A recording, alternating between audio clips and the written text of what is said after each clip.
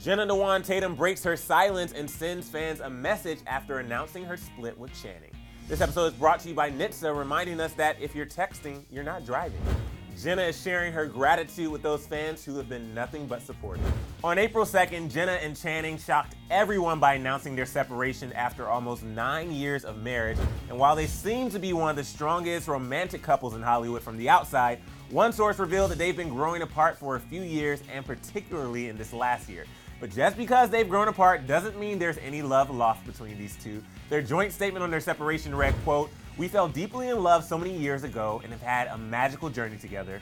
Absolutely nothing has changed about how much we love one another, but love is a beautiful adventure that has taken us on different paths for now."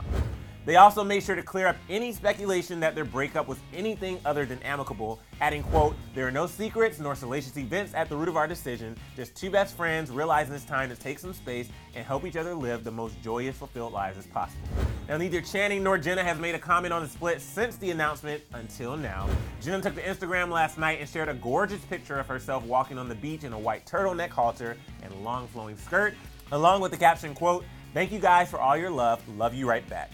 She looks strong and pensive in the pic, as if to say, this is not one of those typical messy Hollywood breakups. I am doing better than ever. And you know what? Coming from Jenna, we believe it. All right, guys, what did you think of Jenna's Instagram message to fans? And do you believe that their split will continue to be amicable? Sound off with your thoughts in the comment section below. And of course, thanks so much for joining me here on Clevver Newsfeed. I'm your host, Emilianish Jr. You can find me at Emilianish Jr. and I'll see you soon.